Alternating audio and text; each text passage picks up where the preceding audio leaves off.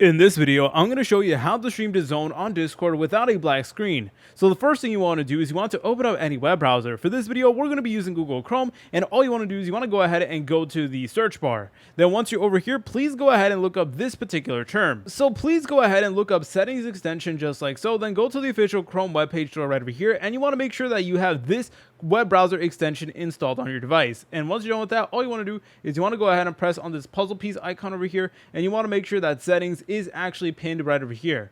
All right, then once you're done with that, all you want to do is you want to go ahead and select on it just like so, then go ahead and press on settings. Then in the search bar, please go ahead and look up acceleration, and then you're going to see this option that says use graphics acceleration when available, and you want to make sure that that is turned off. And whenever you turn it off and then you start using DAZN, it is actually going to allow you to screen share on Discord. So yeah, definitely go ahead and do that. You may need to go ahead and relaunch your web browser, but that is 100% normal. But anyways, guys, if you found this video helpful, make sure you like and subscribe. I'll see you in the next tutorial.